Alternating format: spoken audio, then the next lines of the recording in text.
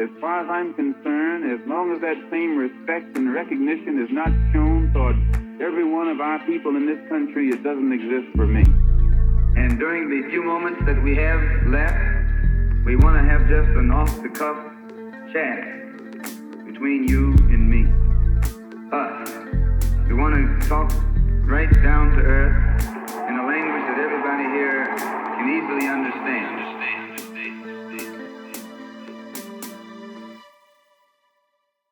Welcome back to another episode of the Malcolm Effect. Happy to be doing these again. Joining me today, we have Professor Gabriel Rockhill, who I had the fortunate experience of coming across his work on YouTube and on social media, and which he speaks about the themes which I find super interesting, especially talking about Western Marxism. And he also comments a lot on one of my favorite thinkers, Dominic Losurdo, and a lot of the themes about, I think, in thinking about this specific moment, and we see as imperialist war continues to ravage the globe, we have all too often find many folks who align themselves or call themselves Marxists or on the left more broadly silent and absent. So coming across Professor Rockhill's work, I was like, okay, I think this is beginning to help me think through why this is the case.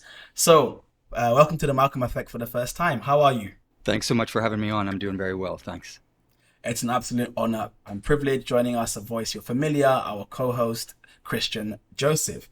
So I think let's just, for the sake of like getting things out there and definitions and setting the tone of the episode, when you use the term Western Marxism, what are you referring to? What are some of its contours, its defining characteristics, its thinkers, its genealogy?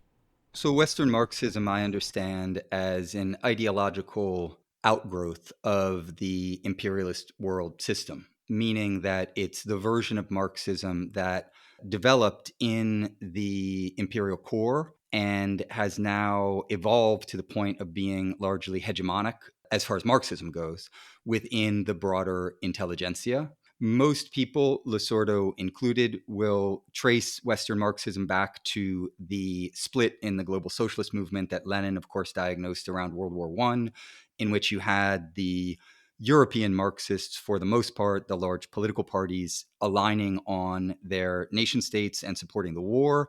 And you had Lenin and the kind of left wing of the Social Democrats, that's what they referred to themselves at the time, instead, proffering the slogan, no war but class war, and rejecting the war of the bourgeoisies, and instead then supporting the anti-imperialist and anti-colonial struggle.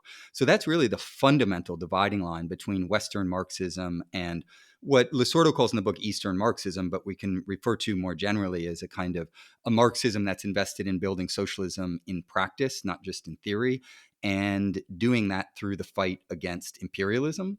The major figures in this tradition are really those who are the most visible Marxists within the imperial core, and given cultural imperialism, they also often are world famous because the fame is spread around the world by the power of the imperialist cultural apparatus.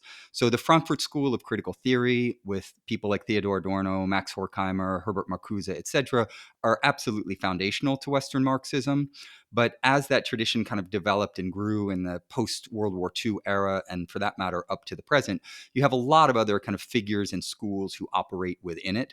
It's largely the group of Marxists who, in fact, as of late, some of them are very explicitly referring to themselves as anti-imperialist Marxists. I'm thinking of an article published by William I. Robinson, for instance, but David Harvey, Vivek Chibber, there's many kind of social democrats, Trotskyists, and general kind of rad libs who would fit within the camp of Western Marxists. And maybe the last thing that I'd say about that is that I appreciate the forthrightness of someone like William I. Robinson, because in referring to what it is that he's doing, and for that matter, many other contemporary Western Marxists, and this overlaps, Mamadou, with your opening comments, is that they're clearly drawing a line in the sand, and they're saying, we are opposed to the anti-imperialist Marxists, and you don't have to follow extensive graduate seminars on Hegel. and the negation of the negation to really grasp what an anti-imperialist Marxist is, because the anti negates the anti, and all you're left with is an imperialist. And so one of the fundamental aspects of so many Western Marxists is that they, at a minimum, accommodate capitalism and imperialism, but at times they are actually forthright and direct supporters of imperialism, as is the case, for instance, with Slavoj Žižek and his fawning support for the U.S. proxy war against Russia and Ukraine, or for that matter, going back to Max Horkheimer, who was a supporter of the U.S. intervention in Vietnam, claiming that this was because when the United States goes to war, it's to protect the U.S. Constitution and the rights of man. These are the types of people who really slander and besmirch the very term Marxism, because they attempt to transform Marxism into the opposite thereof. They take an anti-imperialist project through and through, and they make it into an intellectual project that easily accommodates capitalism and actually often supports imperialism while waging a war at the same time against actually existing socialism. Thank you so much for that elaborate answer and response. I think there's so many directions I can go right now, so I'm just kind of thinking this through. But I think where I want to go is, so when we think of, let's say, the claims of those who adhere to the Frankfurt School, or those who call themselves like post-structuralists, but also they'll call themselves broadly a part of the left, right? But when their justification for their own ideological project often comes in by way of, oh, this Marx is too materialistic. Or you'll hear Foucault say, like, what do you mean when you call it scientific socialism? Why are you trying to appeal to quote unquote science, right? And they're saying fundamentally, what is it about the working classes of Germany that sided with fascism as opposed to joining the anti-imperialist or communist majority, communism at the time? And they say, this is why we have to have an ideological project that is rooted in, the culture of people, etc., not strictly quote unquote Marxist. How do you understand that, and what do you think I don't like the term orthodox, but what do you think an anti-imperialist Marxist would respond with? That's such an important point, because so many of the Western Marxists, if you pay attention to the nature of the arguments that they make, emphasize the ideological or the superstructural at the expense of the economic base, right? So one of the aspects that is very key to a lot of Western Marxists is they just throw out political economy, and they focus on an analysis of consumer culture, consumer society, and things like this. And moreover, John Bellamy Foster's work on this is so important, as well as Helena Sheehan and others. They also throw out the Marxist engagement with the natural world and with the materialist ontology. And so what you have is a very limited kind of culturally focused Marxism. And in doing that, just at the level of their own intellectual methodology, they've sacrificed what I consider to be the very essence of Marxism, which is that you have to analyze the social totality in relationship to the overall social relations of production, meaning the socioeconomic system that produces subjects who then produce culture, ideas, and various other things. And so by privileging the ideological or the superstructural, they often have an enormous blind spot when it then comes to the political economic and to, for that matter, the broader natural world. One of the ways that they've done this is endlessly slandering what they refer to as orthodox Marxism, vulgar Marxism, old school Marxism, right? We all know the standard stereotypes. Yep. And this is often done by people who have no real understanding of the history of just even Marxist intelligentsia, let alone the history of socialist and communist party organizing, global class struggle, and many, many other things. So what they're referring to when they say orthodox Marxist is really often just a straw person, and it overlaps with the vision that they've been given by the bourgeois propaganda apparatus that has cultivated this idea that, well, if you believe that you can distinguish truth from falsity or a correct claim from an incorrect claim, then you are an orthodox Stalinist who should be, thrown in our version of Gulag or something along those lines. This, I think, does a real disservice to one of the fundamental aspects of dialectical and historical materialism, and that is that it is a scientific project. but let us be very clear about what that means.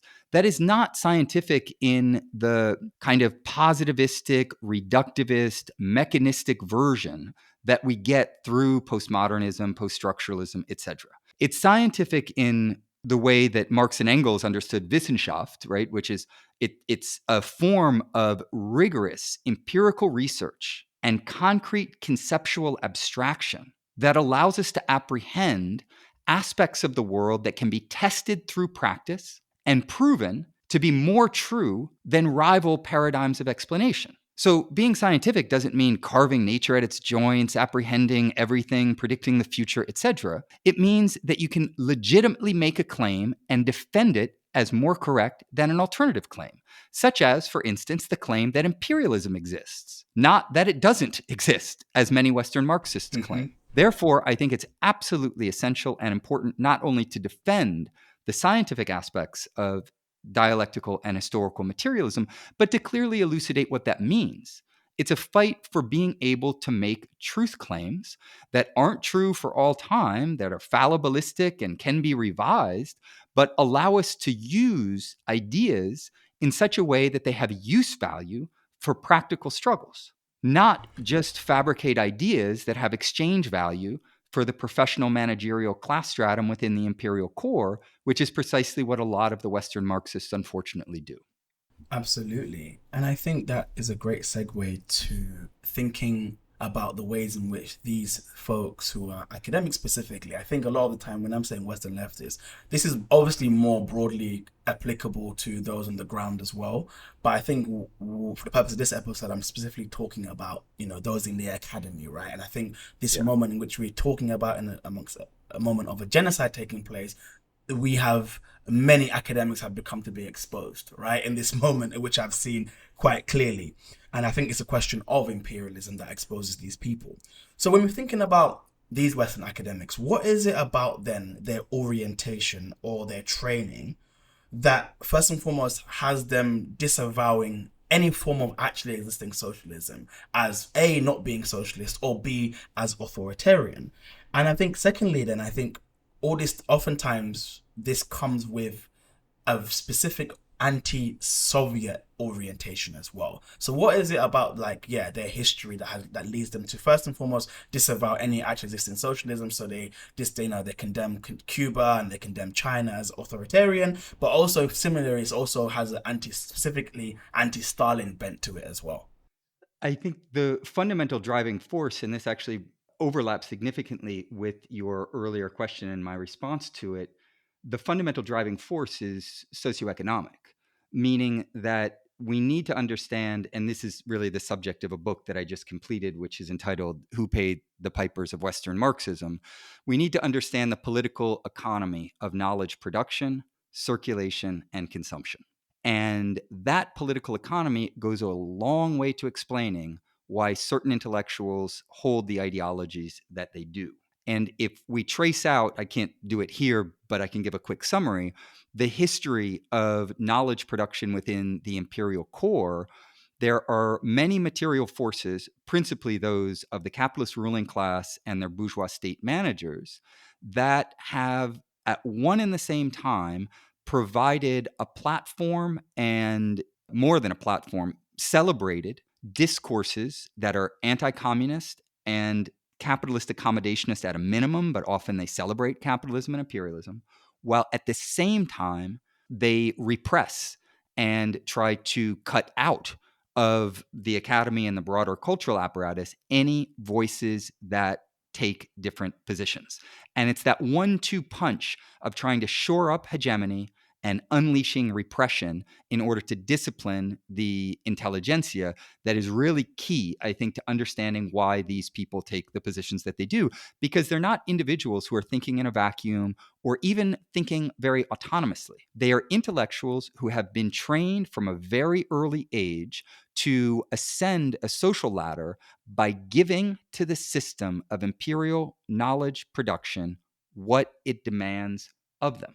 In doing so, they are avid consumers of bourgeois propaganda of many forms. They tend to read and take seriously the bourgeois press without knowing anything about the history, usually, of how those propaganda operations function. And they also tend to consume all of the bourgeois intellectual propaganda that a lot of the academy ends up producing and taking it as if it were speaking truth, meaning that they operate in a world in which there's a general consensus that communism is a hellscape, and that even if capitalism causes some problems, particularly relating to how the kind of managerial class's consumer habits, at the end of the day, it's better than that hellscape of communism. In this regard, the kind of principal faith that all of them have been tested on for years through their academic training and their academic vetting to make sure that they could be of the status that could be elevated to that of a global superstar, that is in opposition to actually existing socialism, usually in any way, shape, or form. But you're absolutely right that Stalinism functions very, very centrally in a lot of ways. One of them is because this is how the early Cold War propaganda kind of got its legs under itself, was even though Stalin had overseen the global defeat of fascism, right? 27 million Soviets and some 20 million Chinese gave their lives defeating fascism in World War II. That's why, in France, French is spoken instead of German. That's why the Nazis were pushed back and crushed. We owe an enormous, enormous debt to Stalin and the communists for having defeated this global fascist movement. Not only the Nazis, but of course the Japanese fascists as well. But in the wake of World War II, since the United States joined World War II very late, very opportunistically, only 400,000 US soldiers died in that conflict, in order to try to then, shore up Western Europe as an imperialist junior partner against the threat of socialism. The principal propaganda war at that point in time was to slander actually existing socialism as inevitably leading to this propagandistic version of what Stalinism actually was. And I'll just pick up on the term authoritarianism because it's one of the ones that you used. One of the, I've done a lot of archival research and Freedom of Information Act requests, and I'm very familiar with the language that the US state uses internally to discuss its form of ideological warfare. And one of the things that it's done is it has a project that it refers to as doctrinal warfare. And doctrinal warfare is when you don't simply go after an individual idea or a particular thought. You go after an entire worldview, or what they call a doctrine. And so if you're able to slander the worldview of communism and juxtapose it to a worldview of what they call in internal documents the so-called free world, then even when somebody sees through, to some extent, some of the propaganda, like for instance, right now, you could see through some of the propaganda coming out of the live stream genocide, and a lot of people do realize that. But if the doctrine stays in place, the anti-communist, imperialist accommodationist doctrine, then you don't see that this is a clear-cut case of imperialism, and it's only by reading what's going on through the lens of imperialism that you can make sense of it. But I did want to touch on authoritarianism, as I mentioned just a moment ago, because yes, please. What authoritarianism really is the struggle on the part of historically underdeveloped societies. They've been underdeveloped by capitalism to establish their own cultural, economic, political, social autonomy under constant and endless imperialist siege. You can only do that if you set borders and establish limits to how much the dominant cultural apparatus and political and military apparatus in the world, which is the imperialist one, has access to your population. And so it's called authoritarianism and what's slandered as authoritarianism. And don't get me wrong, there are certain forms of authoritarianism that should be criticized, that are often and have been internally criticized within the global socialist movement. That's not what I'm talking about. I'm talking about the kind of the fabricated version of authoritarianism, when people say, for instance, that, well, Cuba has an authoritarian cultural policy. Oh, really? That's quite shocking. Here is a country that's been under a heinous illegal blockade that is trying to strangle it in every way, shape, and form, while fomenting constantly from within the country cultural class struggle against the Cuban democratic project. What the Cubans have done, and actually they're still extremely open in this regard, is tried to exercise, to some extent, self-determination over their land, people's place, and that is what's called authoritarianism. And the Western Marxists, unfortunately, dogpile usually when it comes to these questions, because what the imperialist powers want to do is open up Cuba or any other actually existing socialist country to the freedom of the imperial cultural apparatus to promote its goods everywhere in the world, and the freedom of consumers to consume it everywhere in the world, but never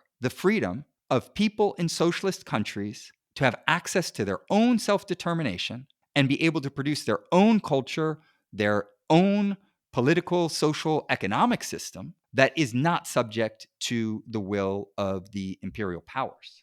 Now, there's a lot more that could be said. I'm kind of just touching on Yeah. a few points, No, but I'll no, no, leave it I at think that, that's and you can great. come back at me if you want me to flesh out some of that in Yeah. detail. So I think Christian wants to go now. Christian, do you want to yeah, you go ahead.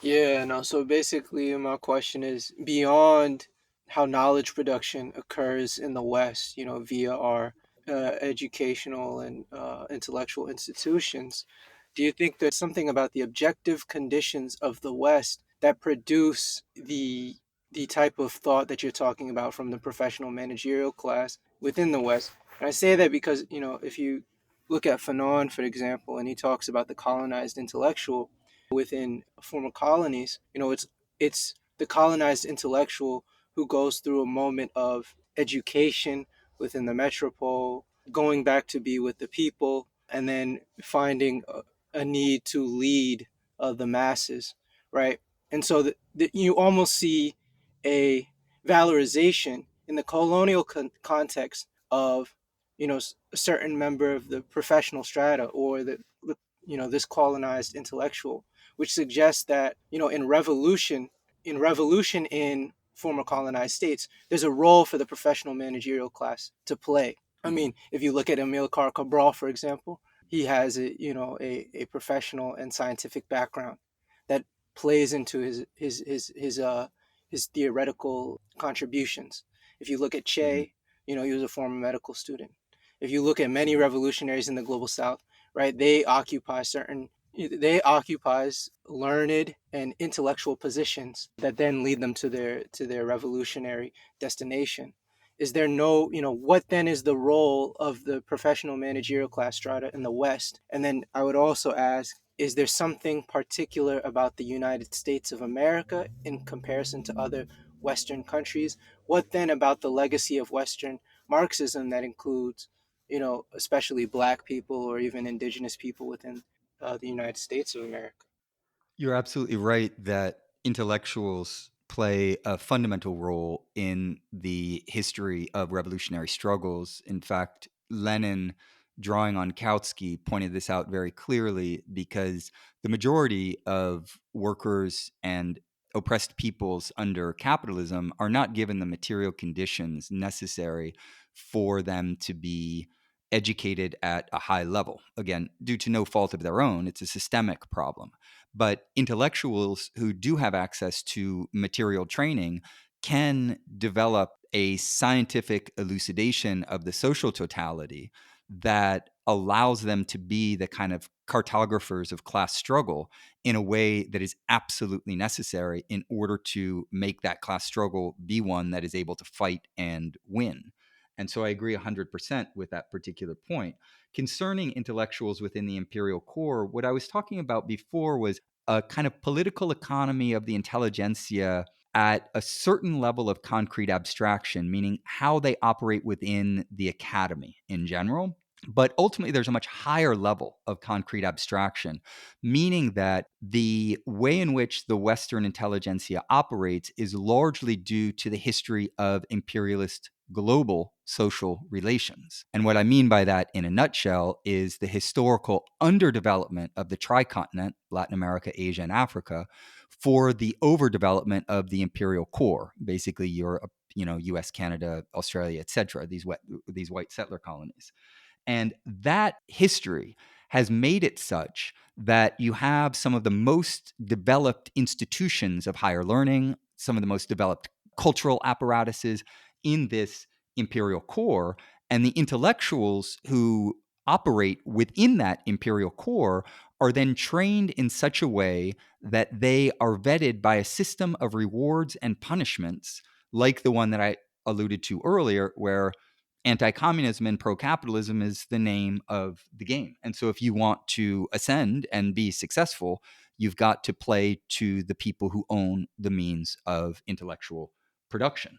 Regarding the United States more specifically, and actually one thing that I want to say before that is that it is true nonetheless, Christian, that of course within a system like the Imperial Academy, there are contradictions that are quite significant. One of the most important is that the Imperial Academy wants to appear democratic, open, meritocratic, etc. And in order to do so, it then leaves open a certain critical space that can be leveraged in important ways for doing significant work within the interstices of these institutions. And that is very important to insist on, because what I'm not doing is giving a kind of absolute reductivist mechanistic account where, due to the history of imperialism, any intellectual in the global north is of necessity ideologically indoctrinated and compromised in ways that can't be salvaged. Domenico Losordo, who in a certain sense is in the background of this conversation, was an Italian Marxist working within the imperial core, and he saw right through it, right? So we, in diagnosing these broader social forces, we shouldn't then turn a blind eye to the agency of individuals or groups within those particular systems. But in the US case in particular, the United States emerged from the first 30 years war. So World War I and World War II were largely an anti-imperialist rivalry between the United States and Germany. The United States emerged from that as the leading imperialist power, and since the end of World War II has really been at the forefront of the development of imperialism around the world. And so it functions in such a way that it has an enormous impact, not just nationally, but also globally on the broader intelligentsia. There's so many intellectuals from the global south, for instance, who want to, for many reasons, some financial, some symbolic, and other reasons I'm sure as well, study in and perhaps get jobs in the imperial core. Due to the overdevelopment of it at the expense of the underdevelopment of the periphery. And so within the US Imperial Academy, there's a real tendency to shore up that ideology that I was talking about a moment ago. While at the same time, of course, the United States is a complex, very stratified society in which there are many other forms of, or types of intellectuals that are operative. So if you're serious about how intellectuals function within broader society, of course, we're not just talking about intellectuals who are academics working at universities. In fact, most of the people that you just mentioned, if not all of them, weren't university figures. And so, in that regard, within the US context, you have people like Michael Parenti, who was never able to secure a tenured faculty position within the United States. You have people like George Jackson, who spent his shortened life in prison, most of it. And you have lots of other intellectuals like this who are doing quintessentially important work for diagnosing how imperialism works and how we need to develop actually existing socialist state building projects in order to fight imperialism. They're just part of often the broader intelligentsia, not the intelligentsia that's limited just to the academy, because in the academy there's also, of course, so many gatekeepers and so many power mechanisms that tend to vet and control what goes on there, that many intellectuals have to, of necessity, make their lives outside of it. So I think even within the imperial core, of course, there's class struggle that keeps going on, right? This is not a society that's unidimensional. There's a lot of different forces that are at work, and it's not by chance, of course, that a lot of the powerhouse intellectuals within the US context who are anti-imperialist intellectuals tend to be those who come from communities that have been historically the most targeted by the history of imperialism, right? So these are the racialized communities, the communities that have had their lands and livelihoods taken away from them in various ways. If it be the indigenous population, the African American population, the population from Latin America, or other examples that one could point to. I guess I would say, I totally agree with your analysis and response. But I think another, dimension of Western Marxism, beyond even the intellectual streams that come out of these various intellectual institutions, is how Western Marxism has manifested itself through various political movements and organizations. And so I wanted to get your take on how you see the shortcomings of certain organizational movements in the West compared to those in the global South. And I think, someone correct me if I'm wrong, I saw the thing about the longshoremen, in their recent strike. And I saw some article or headline about how even they were willing to, the only thing that they would let through were bombs to Israel. But I mean, Yeah. I guess what I'm, beyond that specific example, how then do we reconcile the interests of the working class, say within the West, compared to the material interest of those who may sit in the global South that have a relationship of imperial subject with, America or any other sort of Western. That's such an important point, Christian, because a lot of the internal documents that I've looked at identify that doctrinal warfare targets the intellectual segment of society. So this isn't just academics, of course. These are the pundits, the journalists, the influencers, the cultural producers, the writers, the musicians, etc. These are the people who are the influencers over the large mass of the working population. And really, if we take Marx's line kind of in reverse, you say that theory is meaningful when it grips the masses. That's also true for ideological theory like Western Marxism. When it grips the masses or really becomes powerful within broader social movements, that is the real force of it, right? Not just a bunch of academics in a room reading Adorno. But what we have seen in the history of that relationship is precisely some of the effects, I think, that the US state propagandists wanted to produce became reality. Insofar as within the US context, I could speak about France as well because I'm quite plugged into the organizing community there. But in the US, in the broader kind of imperial core, it is very clear that the Western Marxist heritage has had an enormous impact on at least two aspects of the broader political movement. And that is that there is a very widespread anti communism that takes many, many different forms, but tends to be one in which if one self describes as a socialist or a communist or an anti capitalist or something along these lines, then usually the follow-up statement after that is, but, of course I condemn authoritarianism in China and Cuba and everywhere else that where socialism has ever been a material reality instead of just a thought form. And that's one of the reasons that, for instance, Trotskyist and social democratic forms of political organizing have been so absolutely prevalent within the imperial core, and they tend to dominate a lot of what passes as the left within this geographic region. But the other major aspect, I think, that you see very widespread, it's a kind of poison that comes from the well of Western Marxism, but so many political movements, unfortunately, have drank from that well, and that is the poison of opportunism. Because the Western Marxists, as I chart out in the book that I've just completed, these are people who career trajectories basically manifest the following pattern, and that is the further they drift to the right, the more uplift they get from the Imperial Academy. Meaning, the more you line up on the agenda of the owners of the means of intellectual production, the more you're going to be celebrated, right? As Samuel Huntington, Francis Fukuyama, and so many other operators have proven in the past. But Timothy Snyder and many others could do that again, today for our moment or more contemporary examples thereof. This opportunism, unfortunately, is very widespread within broader political movements and political parties within the United States.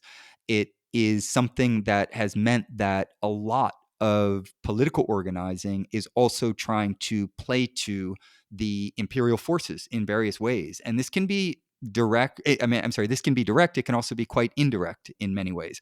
We know the history of the union movement, because you alluded to it, has largely been taken over by the US national security state. In fact, in a global endeavor to support so-called free unions against the influence of communists within the broader union movement. And that is a heinous and very well documented part of this history. But political parties are largely, many political parties are you find similar patterns within many political parties.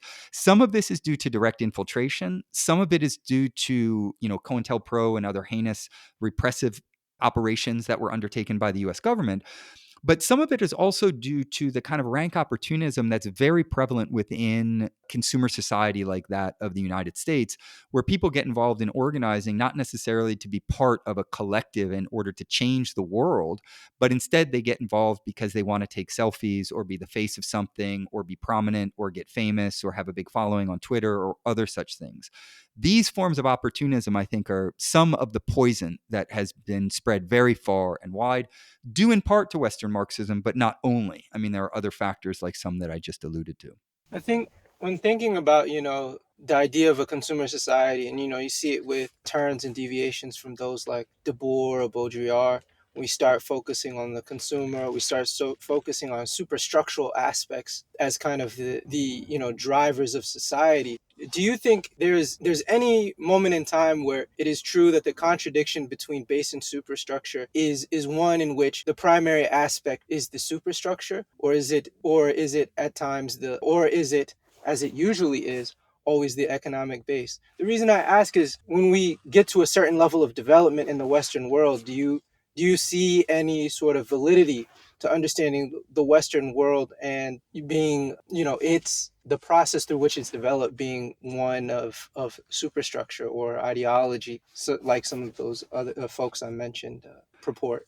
Yeah, I think it really depends on the level of analysis. So if you examine the world from the most macro perspective, then the thesis that the base drives the superstructure, and again, we should insist on this being very dialectical. There's not literally a base that is a reified entity that is distinct from this other thing called the superstructure that's another reified entity. These are complex, enmeshed processes. But at the highest level, when you say that the base drives the superstructure, what that really means is that the overall social relations of production within a particular socioeconomic system, like that of capitalism, feudalism, socialism, that macro set of relations conditions the ways in which people develop their culture, their ideas, their social practices, etc. And that at a kind of macro historical level, I think makes perfect sense, because if you're talking about a hunter-gatherer society centuries ago or contemporary capitalist society, I think it's pretty clear that both of these societies will have different cultural forms and different ways of thinking due to the overall social relations of production.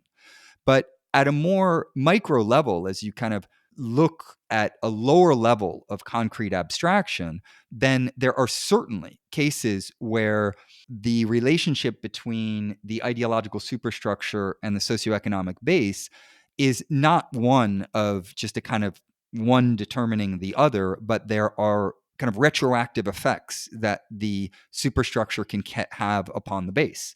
And this we see in many, many different instances. And it's also a good example. Engels pointed out a lot of this in some of his correspondence after Marx's death, because there were a lot of misunderstandings even within the Marxist movement at the time regarding Marx's description, which is, again, it's a metaphor. So he's not highlighting every aspect of how these components relate. And one of the things that Engels insisted on is a real dialectical apprehension of how these work, and the fact that ideology has a semi-autonomy to it, and it can have effects upon the economic base in various ways. So a clear example for me is that if you want to understand the history of racism, you have to recognize that racism is an ideological product of the imperial world system, meaning that the people who have been racialized and why they were racialized has to do with the ways in which Europeans colonized the rest of the world and found an ideological justification for treating the peoples of that world as subhuman, meaning the peoples of the Americas, Africa, and Asia, which are the principal targets of racism. And skin color over time became a way of doing that. In that regard, race, as it's developed historically as a material ideology, is absolutely driven by the deep history of capitalism and global social relations, right?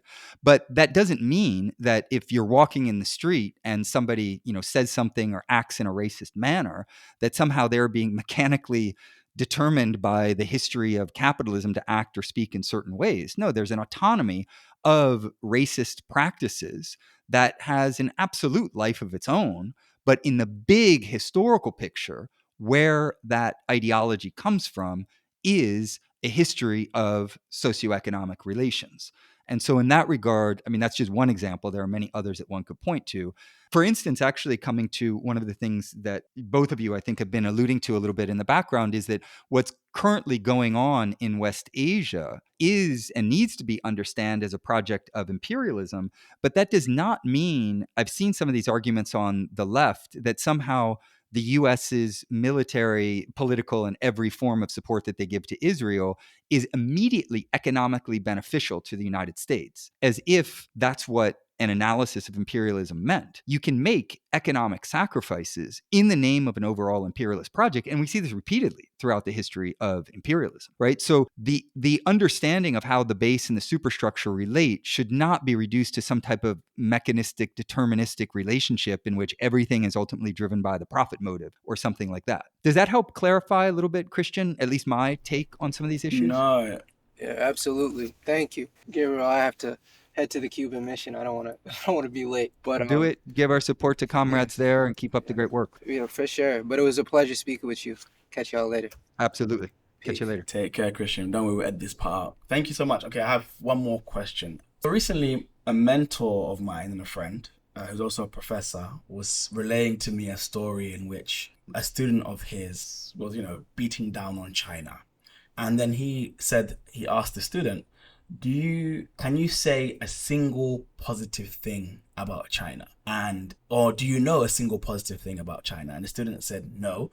And he said, okay, why do you think this is the case? I bring this story up because I think increasingly there are battle lines being drawn on the left. All too often this takes the form of, who gets called quote unquote a tanky. And this is characterized by someone who has a view of the Soviet Union which is more positive than negative, for example. And then all too often what I've seen in my own interactions, I've seen that where people stand on Stalin often delineates a trajectory in their own politics and where they stand on imperialism. So my question to you is, how important do you think this project of perhaps defending China and also defending the Soviet Union is for our day? Like, is it something that, okay, it's history, it just happened, and let's have a historical take and leave it to bed? Or do you feel that work ideologically in terms of organization as well is still important, that like our own propaganda in many ways? How important do you think that is, especially when it comes to, let's say, China today and Stalin and Soviet Union historically?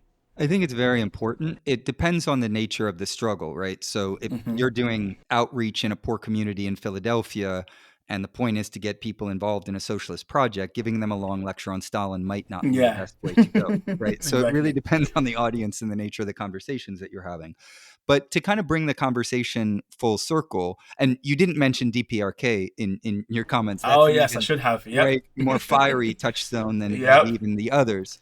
But we can add it in. I think that since we started talking broadly about how the Western left intelligentsia tends to accommodate and in many cases even support imperialism, the flip side of that, of course, is the opposition to actually existing socialism.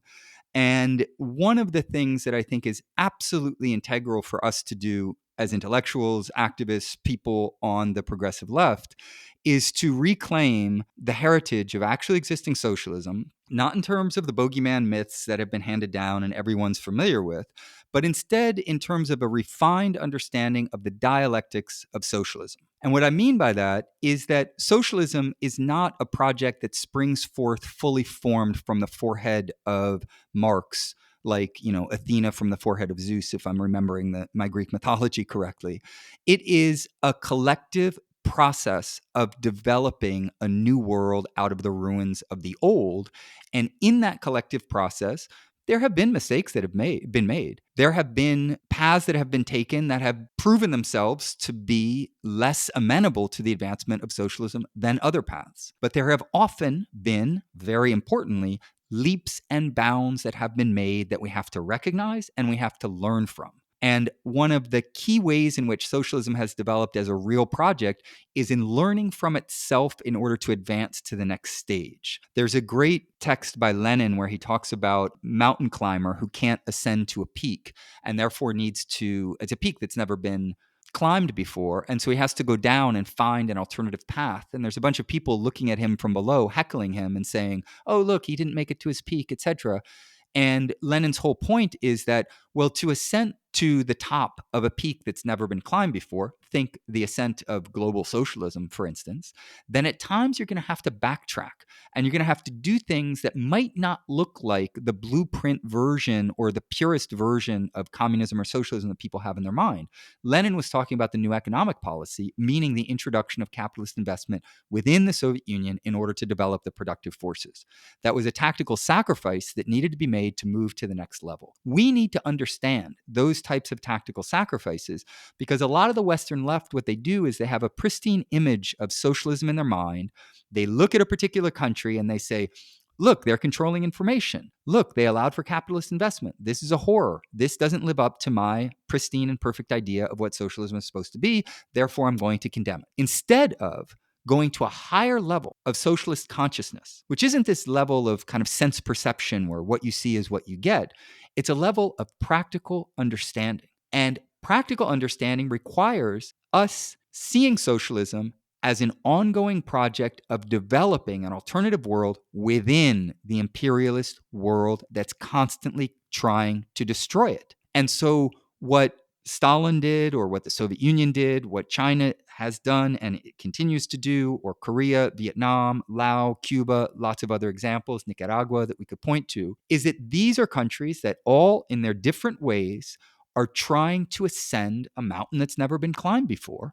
And they're learning from one another and trying to do it in the best way that they can, with, at the same time, struggles going on within those particular countries. And so I think it's important on the progressive left to recognize that there's an ongoing struggle to build socialism. And this hasn't just been endless failures. There have been enormous successes, right? I mentioned the defeat of the global world historical defeat of fascism a moment ago.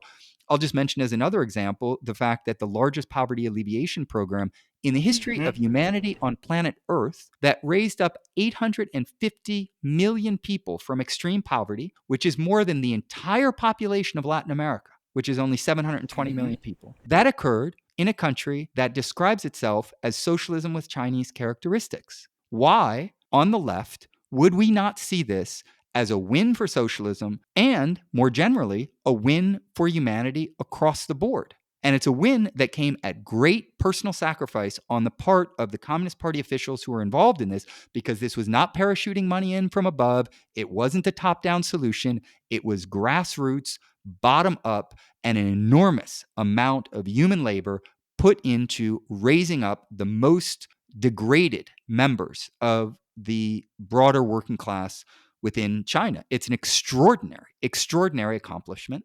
No capitalist country has ever done that. No capitalist country would ever do that. And that's only one example among many others. We could talk about the environmental civilization. We could talk about their peace project. This is China, of course. We could talk about the fact that they haven't been involved in external military confrontations. We could talk about the Belt and Road Initiative and all of their global, both infrastructural projects and their economic projects. China is trying to do something to help humanity exit the quagmire of imperialism that is a train headed full speed into a concrete wall because of not only the endless social murder and death that's produced by the imperialist machine, but also the destruction of the biosphere.